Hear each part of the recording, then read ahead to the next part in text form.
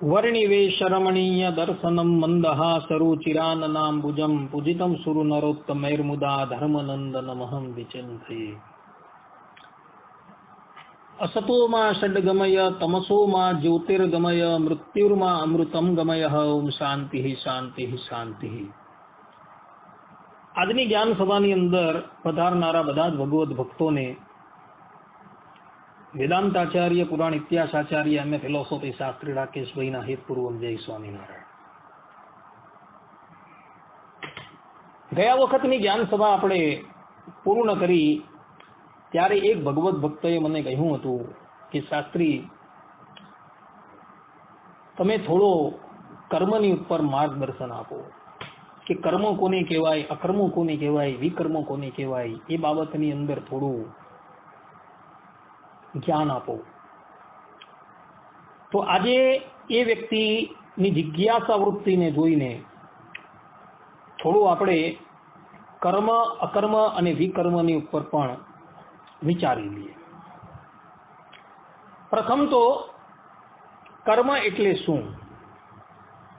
તો લૌકિક ભાષાની અંદર જો કર્મની વ્યાખ્યા આપણે કરવામાં આવે તો એનો અર્થ થાય છે ક્રિયા। પરંતુ શાસ્ત્રીય રીતે જો આપણે કર્મની વ્યાખ્યા કરીએ તો કર્મનો બીજો પર્યાયવાચક શબ્દ છે ધર્મ। ને ગીતાકાર પણ પોતે કર્મ અને ધર્મ જે છે તે એક જ માને છે, એને ભિન્ન નથી માનતા। કેટલાક મહાનુભાવો જે છે એ કર્મ અને ધર્મ જે છે તેને ભિન્ન ભિન્ન માને છે, પરંતુ ગીતાકારની વાતની સાથે તેઓની આ વાત જે છે એ મેળ ખાતી નથી। કર્મ કહો કે ધર્મ કહો એ બંને પર્યાયવાચક શબ્દો જ છે। તો ધર્મનો અર્થ શું થાય, ધર્મની વ્યાખ્યા શું થાય? તો ધર્મની વ્યાખ્યા કરતા ભગવાન સ્વામિનારાયણ પોતે શિક્ષાપત્રીની અંદર 103મા શ્લોકની અંદર પોતે કહે છે કે ધર્મો જ્ઞેય સદાચાર શ્રુતિ સ્મૃત્યુપપાદિક, કે શ્રુતિ સ્મૃતિ તેમણે પ્રતિપાદન કર્યો એવો જે સદાચાર તેને ધર્મ જાણો। શ્રુતિ એટલે કે વેદ અને સ્મૃતિ એટલે ધર્મશાસ્ત્ર। એણે જે પ્રતિપાદન કરેલો અને આપ્ત પુરુષોએ આચરેલો જે સદાચાર જે છે તેને ધર્મ કહેવામાં આવે છે। આ વ્યાખ્યા ભગવાન સ્વામિનારાયણે આપેલી છે। તો શ્રીમદ ભાગવતની અંદર ષષ્ઠ સ્કંદની અંદર પ્રથમ અધ્યાયના 40મા શ્લોકની અંદર ભગવાન વેદવ્યાસજી પોતે ધર્મની વ્યાખ્યા આપતા પોતે કહે છે વેદ પ્રણિહિતો ધર્મો યધર્મ તદ વિપર્યય। અર્થાત વેદને જાણનારાઓ એટલે કે જેને વેદનું જ્ઞાન છે તેઓ અને વેદ ભગવાન પોતે જ કહી રહ્યા છે કે વેદોએ જે કર્મનું વિધાન કર્યું છે તે ધર્મ છે અને જેનો નિષેધ કર્યો છે તે અધર્મ છે। વેદોએ જે કર્મનું પ્રતિપાદન કરેલું છે, જે ધર્મનું પ્રતિપાદન કરેલું છે, જે ધર્મ આચરણ કરવા યોગ્ય છે એ વાસ્તવમાં ધર્મ છે, અને વેદોએ જે વસ્તુનો નિષેધ કરેલો છે એ અધર્મ છે। વેદ ભગવાન કહે છે કે અહરહ સંધ્યામ ઉપાસિત, કે નિત્ય સંધ્યા વંદન કરવું, બ્રહ્મ મુહૂર્તની અંદર શૈયાનો ત્યાગ કરી દેવો। આ પ્રમાણે વેદ અને સ્મૃતિઓ જે છે આ પ્રમાણે જે આદેશ આપે છે એ ધર્મ જાણવો, અને એની વિપરીત વેદ જે નિષેધ વસ્તુનું પ્રતિપાદન કરે છે તેને અધર્મ જાણવો। તેન કર્મ ન કર્તવ્યમ, કે કોઈ પણ વ્યક્તિ ચોરી ન કરવી, વ્યભિચારો ન કર્તવ્યમ, કોઈએ વ્યભિચાર ન કરવો। આ પ્રમાણે શાસ્ત્રો જેનો નિષેધ કરે છે તેને અધર્મ કહેવાય છે, એવું શ્રીમદ ભગવદ ગીતા ભાગવતની અંદર કહ્યું છે। તો જૈમિની મુનિ પૂર્વ મીમાંસાની અંદર 1:1-2 ની અંદર ધર્મની વ્યાખ્યા આપતા પોતે કહે છે નોદના લક્ષણો અર્થો ધર્મ અર્થાત કે આ રીતે વર્તન કરવું અને આ રીતે વર્તન ન કરવું, આવું જે પ્રેરણાત્મક આજ્ઞારૂપ અર્થ, આદેશ, વચન, કર્તવ્ય તે ધર્મ છે. કે આ પ્રમાણે રહેવું, આ પ્રમાણે ન રહેવું, એવો જે કર્તવ્યનો જે આદેશ આપે છે એને ધર્મ કહેવામાં આવે છે, એવું જૈમિની મુનિ પોતે કહી રહ્યા છે. તો આ પ્રમાણે કર્મ એટલે કે ધર્મની વ્યાખ્યા જે છે એ મહાપુરુષોએ કરેલી છે. ધર્મ અને કર્મ એ બંને પર્યાયવાચક શબ્દ જ છે, પરંતુ એની અંદર કોઈ પણ જાતની ભિન્નતા નથી. આ એક સિદ્ધાંત વાત છે, કારણ કે ગીતાકાર પણ જે છે એ આ જ વાતનું પ્રતિપાદન કરે છે. ભગવાન શ્રી કૃષ્ણ ગીતાના 4th અધ્યાયના 17મા શ્લોકની અંદર પોતે કહે છે, કર્મણો યપિ બોદ્ધવ્યમ બોદ્ધવ્યમ ચ વિકર્મણઃ અકર્મણશ્ચ બોદ્ધવ્યમ ગહના કર્મણો ગતિઃ. ભગવાન શ્રી કૃષ્ણ કહે છે કે કર્મની બાબતમાં પણ જાણવા જેવું છે, અને વિકર્મની એટલે કે વેદોક્ત વિવિધ કર્મની બાબતમાં પણ જાણવા જેવું છે, તેમજ અકર્મની બાબતમાં પણ જાણવા જેવું છે. કેમ કે કર્મની બાબત અતિ ગહન એટલે કે વિચિત્ર ગૂંચવણોથી ભરેલી છે. ગીતાકાર આ પ્રમાણે પોતે કહી રહ્યા છે કે કર્મની બાબતમાં પણ જાણવા જેવું છે, વિકર્મની બાબતની અંદર પણ જાણવા જેવું છે, અને અકર્મની બાબતની અંદર પણ જાણવા જેવું છે. કર્મની વ્યાખ્યા તો તમને લોકોને હમણાં મેં કહી. હવે વિકર્મની વાત આપણે કરીએ કે વિકર્મ કોને કહેવામાં આવે. તો શ્રીમદ ભગવદ્ ગીતાની ઉપર ઉદ્ધવ સંપ્રદાયના એટલે કે સ્વામિનારાયણ સંપ્રદાયના એક મહાન સદગુરુ એવા સદગુરુ ગોપાળાનંદ સ્વામીએ ટીકા ભાષ્યની રચના કરેલી છે. તો સદગુરુ ગોપાળાનંદ સ્વામી આ શ્લોકની વ્યાખ્યા કરતા પોતે કહી રહ્યા છે કે અનેક પ્રકારના વેદોક્ત નિત્ય નૈમિત આદિ કર્મમાં પણ નાના પ્રકારના અવાંતર ફલ ભેદથી કરેલું વિવિધપણું ત્યાગ કરી દઈને મોક્ષ આપનારી ભગવત પ્રસન્નતારૂપ એક જ ફલના અનુસંધાને કરીને સર્વ કર્મની કર્તવ્યતાનું અનુસંધાન જે રાખવું એ જ વિકર્મ કહેવામાં આવે છે. સ્વામી પોતે અહીં કહી રહ્યા છે કે શાસ્ત્રોની અંદર અનેક પ્રકારના કર્મો બતાવેલા છે, અને એ કર્મના અનેક ફલો પણ બતાવેલા છે.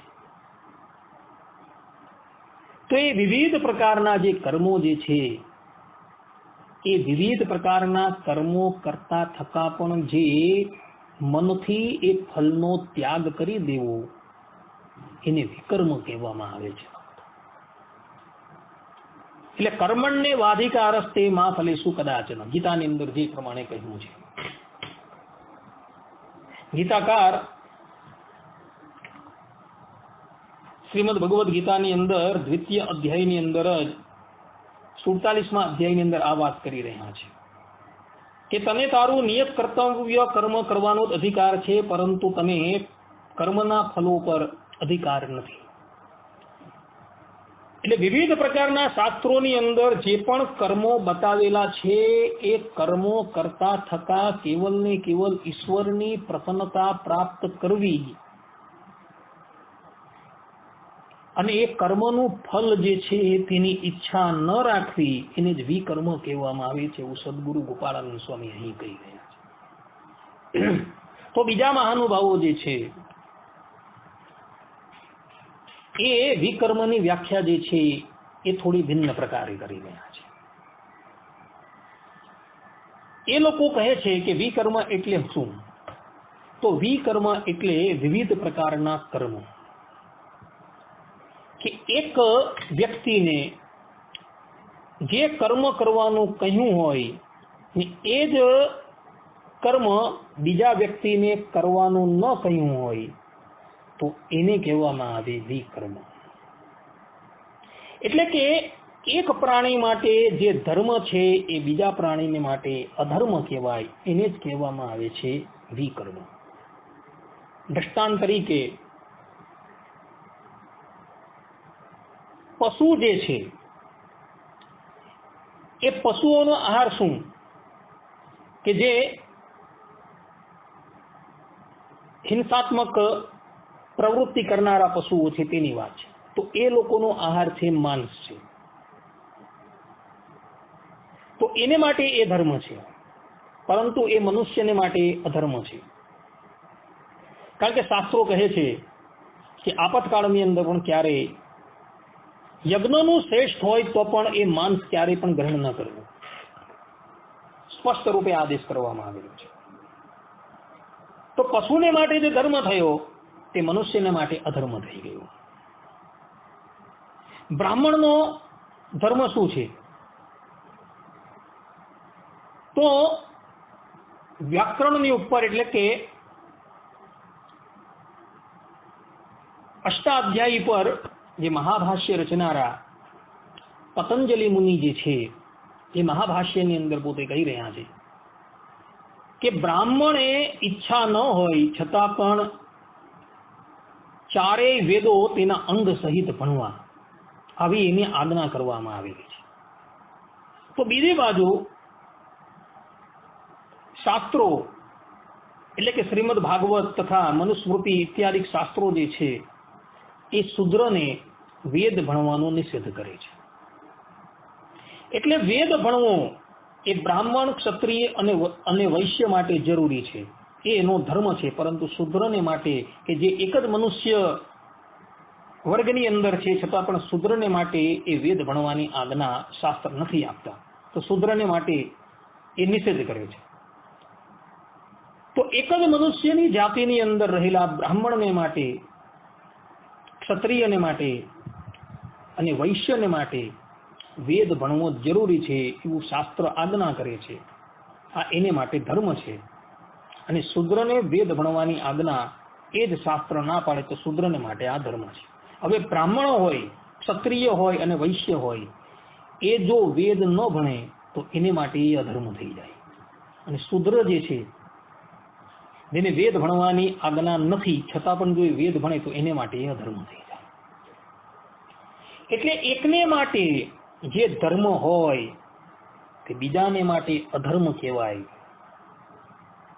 અને બીજાને માટે અધર્મ છે એ પેલાને માટે ધર્મ કહેવાય. આ પ્રમાણે જે વિવિધ પ્રકારના જે ધર્મ છે ને એને જ વિકર્મ કહેવામાં આવે છે એવું કેટલાક મહાપુરુષોનું માનવું છે. આ વ્યાખ્યા પણ યોગ્ય છે, કોઈ ગલત નથી.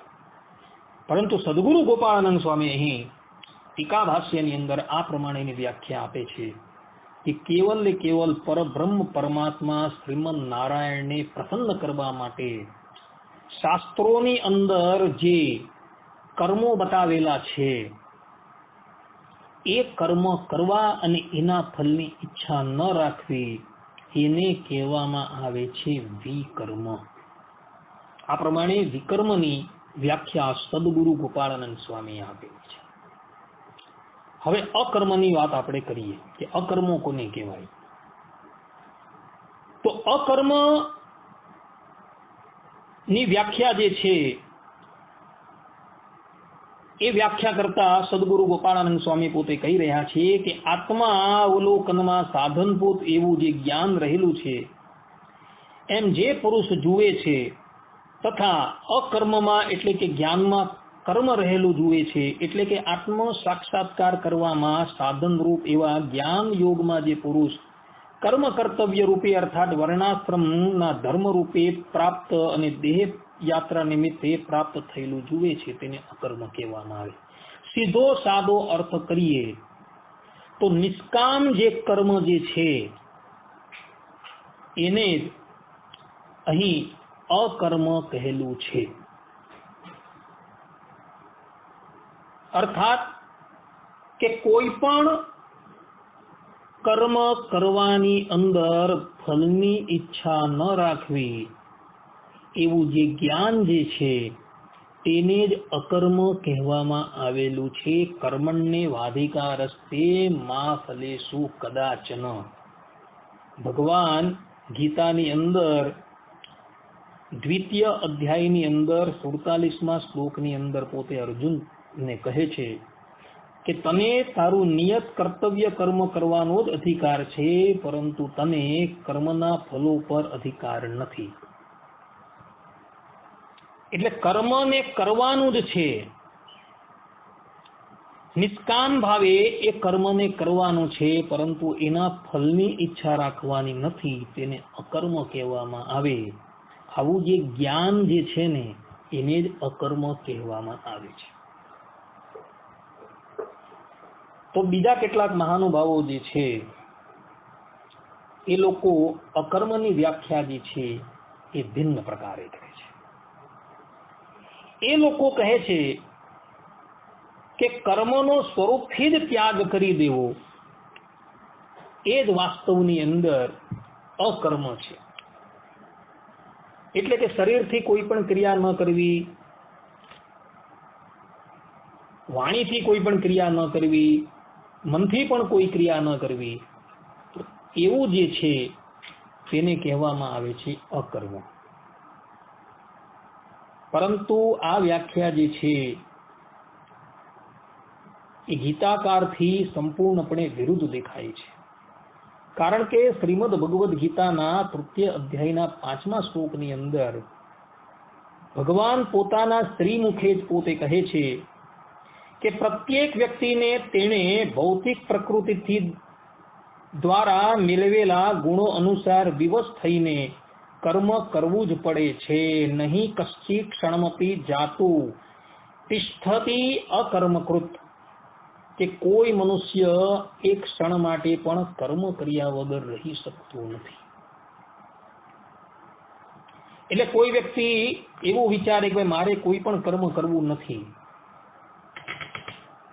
અને હાથ પગ વાળીને એ કોઈ પણ કર્મ કરવા તૈયાર નથી થતો, પરંતુ એણે પોતાની શરીર યાત્રા નિભાવવા માટે તો કર્મ કરવું જ પડવાનું છે. એ ચાલો શરીરથી કર્મ નથી કરતો તો મનથી કર્મ કરશે, વાણીથી કર્મ કરશે.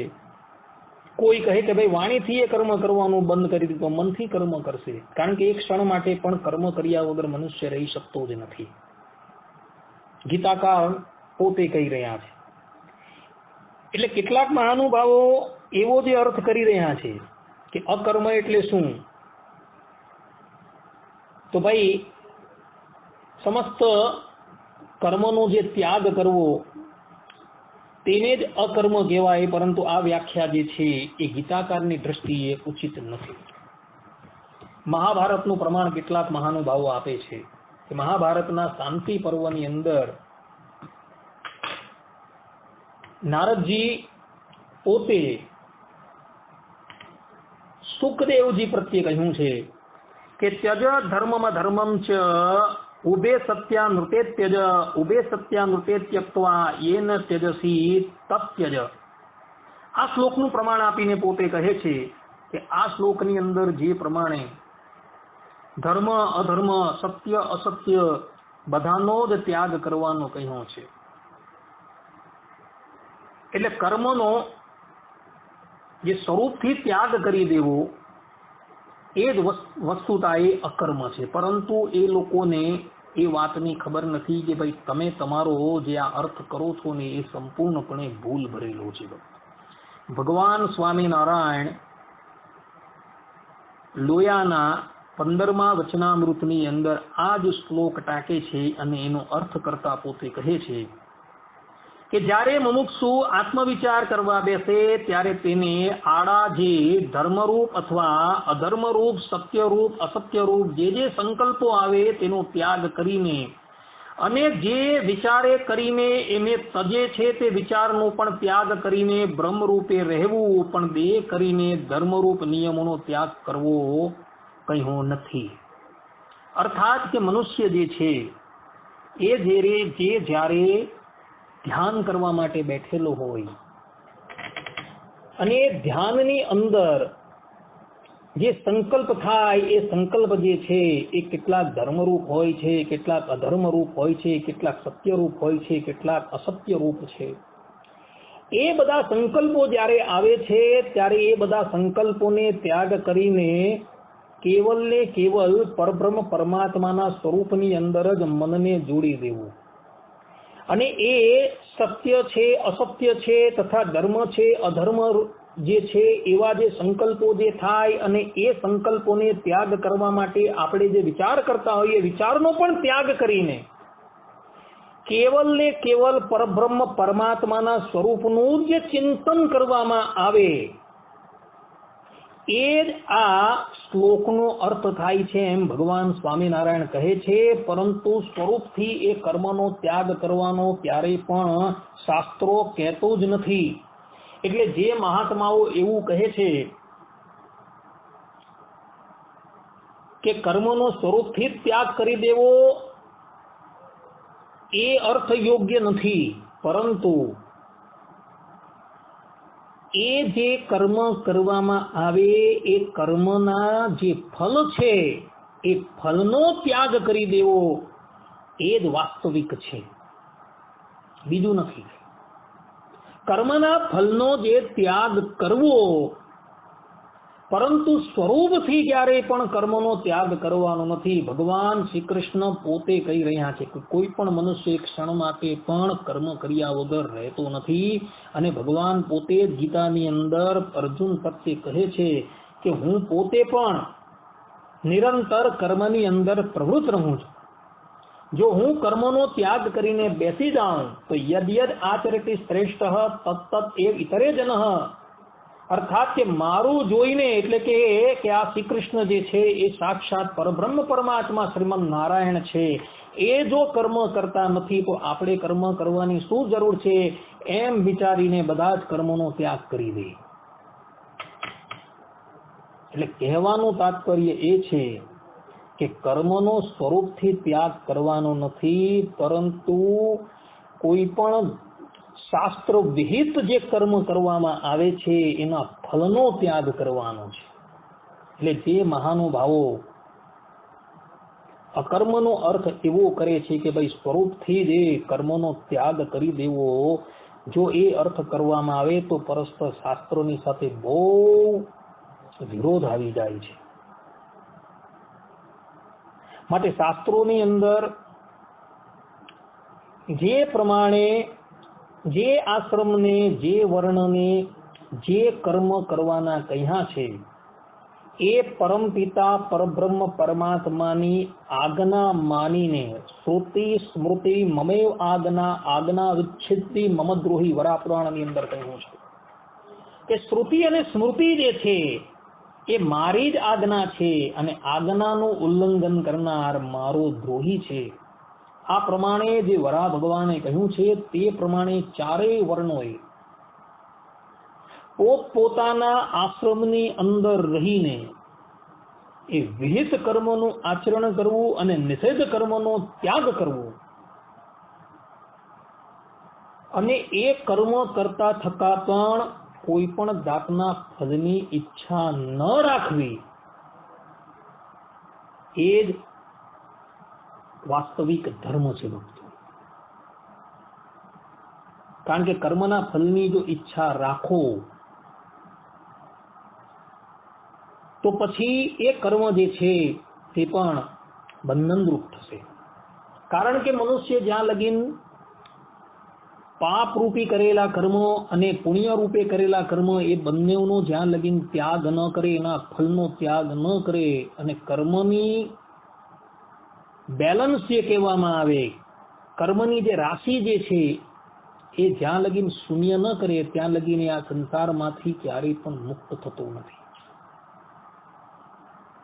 કોઈ વ્યક્તિ વિવિધ કામનાઓને લઈને વિવિધ કર્મો કરતા જોવા મળે છે, પરંતુ એ લોકોને ખબર નથી કે આપણે સોનાની બેડી પહેરી રહ્યા છે. ચાહે બેડી હોય એ લોખંડની હોય કે સુવર્ણની હોય, બેડી એ બેડી જ કહેવાય, એ તમને બંધન જ કરે. માટે શાસ્ત્રોનો સિદ્ધાંત એ છે કે કર્મ કરો પરંતુ કોઈ પણ જાતના ફળની ઈચ્છા ન રાખો, અને એ કર્મ જે છે હંમેશા ભગવાન સંબંધી હોવું જોઈએ. ભગવાન સંબંધી કોઈ પણ કાર્ય, ગ્રહસ્થ વ્યક્તિ છે એનો જે ધર્મ જે છે કે ભાઈ યથાશક્તિ ઉદ્યમ કાર્ય નિજ વર્ણાશ્રમ સ્થિત, કે ગ્રહસ્થએ પોતાના વર્ણાશ્રમને ઉચિત એવો જે વ્યવસાય જે છે એ એને કરવો, તો એ એને માટે ધર્મ છે. પરંતુ એ વ્યવસાય કરવા માટે જાય ત્યારે એના મનની અંદર એમ જ થવું જોઈએ કે હું ભગવાન શ્રી હરિની આજ્ઞા પ્રમાણે આ વ્યવસાય કરવા માટે જાઉં છું.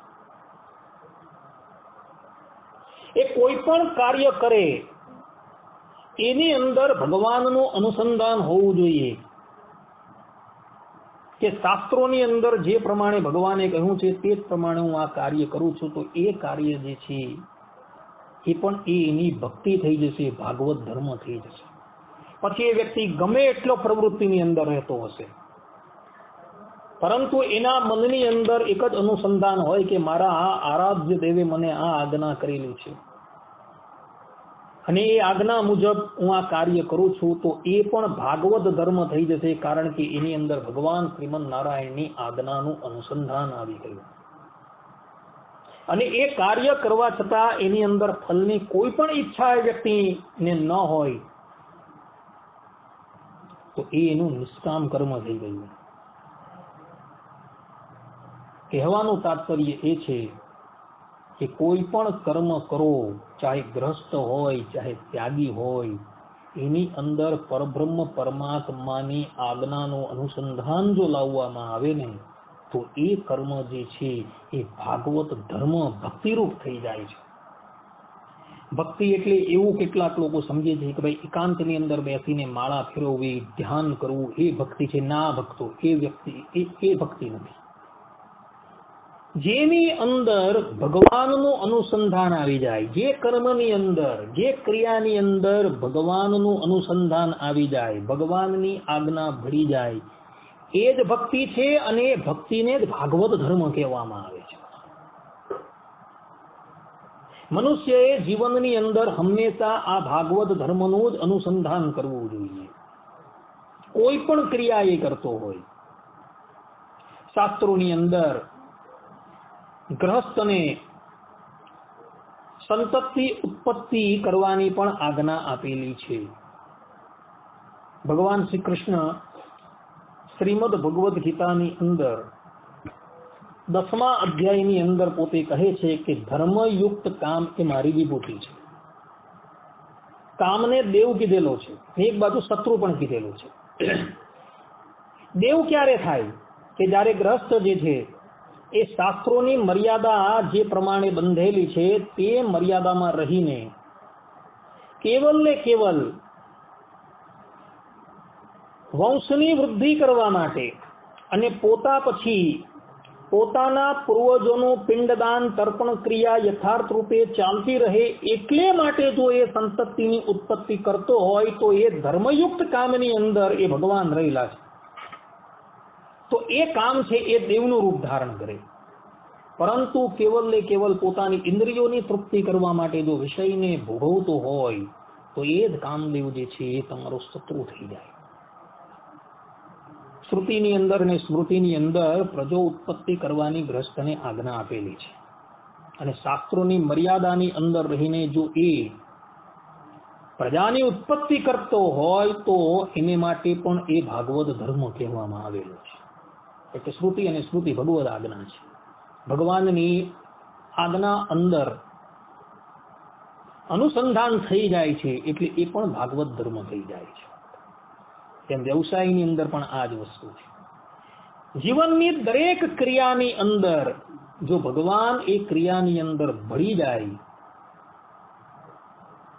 તો એ જે છે એ ભાગવત ધર્મ કહેવામાં આવે. અને એ જ ભાગવત ધર્મને જનક જેવા વિદેહી અને અંબરીશ જેવા રાજા જે હતા એ આશરીને રહ્યા હતા.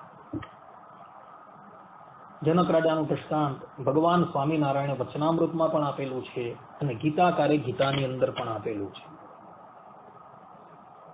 અમરીશ રાજા તો જે હતા એને તો બધી જ વસ્તુ જે છે એ ભગવાનને અર્પણ કરી દીધેલી હતી અને તેઓ સપ્ત દ્વીપવતી પૃથ્વીના રાજા હતા છતાં પણ પોતે એમ જ સમજતા હતા કે હું ભગવાનનો દાસ છું અને ભગવાનની આજ્ઞાએ કરીને હું આ સિંહાસન પર આરૂઢ થયો છું. આ બધી જ વસ્તુ જે છે એ મારા ભગવાનની છે એમ કહીને એણે મનથી બધી જ વસ્તુ ભગવાનને અર્પણ કરી દીધેલી અને કેવલ ને કેવલ એમના દાસ બનીને એ સિંહાસનની ઉપર બેઠેલા હતા અને શાસ્ત્રો મુજબ એ રાજ્યનું સંચાલન કરતા હતા.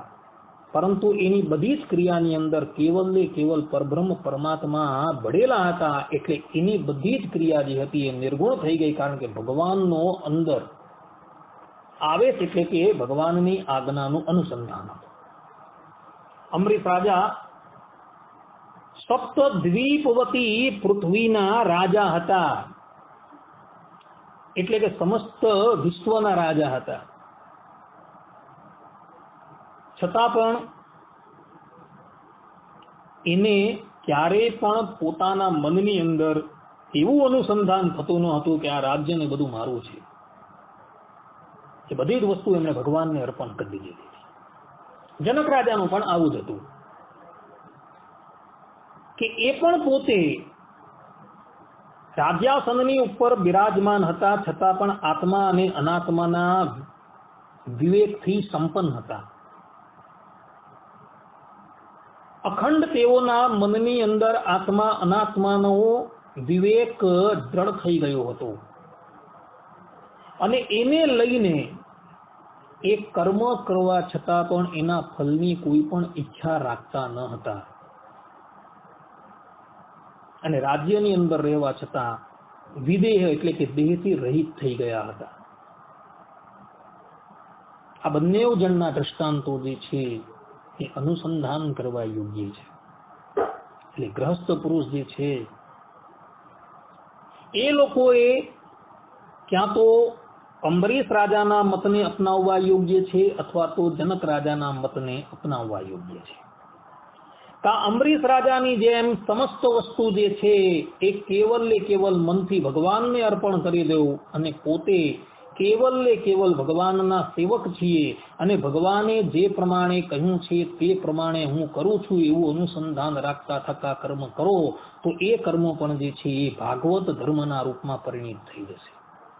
અથવા તો ગ્રહસ્થમાં રહ્યા છતાં આત્મા અનાત્માનો વિવેક જે છે એ દ્રઢ કરી રાખો કે આ બધી વસ્તુ જે છે નાશવંત છે, એક દિવસ આ બધું સમાપ્ત થઈ જવાનું છે, આમાં મારું કોઈ વસ્તુ નથી. મિથિલાયામ પ્રદીપ્તાયામ નમે દયંતી કેમ છે આ ઉક્તિ જનક રાજાની જે છે તેને દ્રઢ કરી રાખો. આ બેમાંથી એક માર્ગની ઉપર વર્તો તો એ ગ્રસ્ત જે છે એ પ્રવૃત્તિની અંદર રહેવા છતાં પણ કોઈ દિવસ કર્મના બંધનથી લિપ્ત થશે નહીં. માટે ગ્રહસ્થએ આ બેમાંથી એક માર્ગ અપનાવવા યોગ્ય છે. શાસ્ત્રની અંદર જે વિહિત કર્મ કરવાનું કહ્યું છે વિહિત કર્મ કરો, પરંતુ ફલની ઈચ્છા ક્યારેય પણ રાખો નહીં. કર્મનો સ્વરૂપથી ક્યારેય પણ ત્યાગ ન કરો, પરંતુ એના ફલનો ત્યાગ કરી દેવો. આ સિદ્ધાંત વાત છે. આપણા સંપ્રદાયની અંદર પણ એક ડોસા વાણિયા કરીને ગ્રસ્ત હરિભક્ત હતા. કહેવાય છે કે ડોસા વાણિયાનો બહુ મોટો વેપાર ચાલતો હતો અને આખો દિવસ એ દુકાનની ઉપર બેસી રહેતા હતા, પરંતુ દુકાન પર બેસતા થતા પણ અખંડ ભગવાનનું સ્મરણ કરતા હતા અને આત્મા અનાત્માના વિવેકથી સંપન્ન હતા. એક દિવસ એના સંબંધીઓ જે છે એ ગઢપુર ભગવાન શ્રી હરિ પાસે પહોંચ્યા અને વાત પરથી વાત નીકળી ત્યારે એ ડોસા વાણિયાના સંબંધીઓએ કહ્યું કે તમારા ડોસા ભક્ત જો છે ને એ તો શિખા પર્યંત વ્યાપારની અંદર ડૂબી ગયા છે. ત્યારે શ્રીજી મહારાજ કહે કે અમારા ભક્તો એવા ન હોય ક્યારેય પણ. ત્યારે પેલા સંબંધીઓ કંઈક એવા જ છે તો એમ કહે. ત્યારે શ્રીજી મહારાજ કહે કે અમે એક ચિઠ્ઠી લખીને મોકલીએ છીએ કે દોસા વાણિયા, તમે જે સ્થિતિની અંદર હો એ સ્થિતિની અંદર તાત્કાલિક ભગવા વસ્ત્ર ધારણ કરીને અમારી પાસે આવી જાઓ. જો દોસા વાણિયા આવી ગયા તો તમારા બધાએ સત્સંગના નિયમ ધારણ કરવાના. પેલા સંબંધીઓ કઈ ભલે. અને શ્રીજી મહારાજે દોસા વાણિયાની ઉપર એક કાગળ લખ્યો અને પોતાના પાર્ષદ દ્વારા રવાના કર્યો. જ્યારે કાગળ મળ્યો ત્યારે દોસા વાણિયા દુકાન પર બેઠા બેઠા ગ્રાહકનો માલ જોખતા હતા. અને જ્યાં કાગળ આવ્યો ને વાંચ્યો એટલે બધી જ વસ્તુ ત્યાંને ત્યાં જ મૂકી દીધી. દુકાન બંધ કરવા પણ રહ્યા નહીં અને તાત્કાલિક પાર્ષદની સાથે ચાલી નીકળ્યા. દુકાનનું શું થશે શું ન થશે એનો પણ સુદ્ધા એને વિચાર ન કર્યો. ને ભગવાન શ્રી હરિ પાસે આવ્યા અને કહે, પ્રભુ અમે આવી ગયા. લે, ભગવાન સ્વામિનારાયણે પેલા સંબંધીઓને કહ્યું કે જુઓ આનો ત્યાગ ને વૈરાગ્ય, કે સંસારમાં રહેવા છતાં પણ આ વ્યક્તિ સંસારથી મુક્ત છે. કાગળ મહિલો એટલે પોતાની દુકાન બંધ કરવામાં પણ રહ્યા નથી. દુકાનને બંધ કરવા પણ રહ્યા નથી ને અમારી આજ્ઞાનું અનુસંધાન લઈને તેઓ સીધા અમારી પાસે આવી ગયા. આને કહેવાય ત્યાગ અને વૈરાગ્ય. કહેવાનું તાત્પર્ય એ છે ભક્તો કે સંસારની અંદર રહેવા છતાં એવા કર્મ કરો કે જેની અંદર પરબ્રહ્મ પરમાત્મા શ્રી હરિની આજ્ઞાનું અનુસંધાન હોય. એવા કર્મ ક્યારેય પણ ન કરો કે જેનો શાસ્ત્રો નિષેધ કરે છે, અને એવા જ કર્મ કરો કે જે શાસ્ત્રની અંદર વિહિત બતાવેલા છે. અને એ વિહિત કર્મો પણ ભગવાનની આજ્ઞા અનુસાર કરો, સ્વતંત્ર રીતે નહીં. કારણ કે સ્વતંત્ર રીતે જો એ કર્મ કરવામાં આવે તો તમને એ ભૂર ભુવ અને સ્વહ આ ત્રણની બહાર એ કર્મ લઈ જવાના નથી. પરંતુ ભગવાનની આજ્ઞા અનુસાર જો એ કર્મ કરવામાં આવે, ભગવાનના શરણાગત થઈને જો એ કર્મ કરવામાં આવે તો એ કર્મ જે છે એ ભાગવત ધર્મ બની જશે. અને ભાગવત ધર્મનું ફલ શું છે તો યદ ગત્વા ન નિવર્તન્તે તદ્ધામ પરમમ મમ, ભગવાન ગીતાની અંદર કહે છે. અનાવૃત્તિ શબ્દાત બ્રહ્મસૂત્રની અંદર અંતિમ સૂત્ર 545મું સૂત્ર કહે છે કે જે ધામની અંદર ગયેલો વ્યક્તિ જે છે આ સંસારની અંદર ક્યારેય પણ પાછો આવતો નથી. એ ધામ મારું ધામ છે, ભગવાન શ્રી કૃષ્ણ કહે છે. માટે ગ્રસ્તો હોય કે ગ્રસ્તોએ ભગવાનની આજ્ઞા અનુસાર કર્મ કરવા, પરંતુ શાસ્ત્રોની અંદર જે કર્મનો નિષેધ કરવામાં આવેલો છે એ કર્મ ક્યારેય પણ કર્મ કરવા નહીં. આટલું કહીને હું મારી વાણીને વિરામ આપું છું. સર્વે સંતુ નિરામયઃ, સર્વે સુખીનો ભવંતુ, સર્વે ભદ્રાણી પશ્યંતુ, મા કશ્ચિત દુઃખ ભાગ ભવેત. અસ્તુ. જય સ્વામિનારાયણ.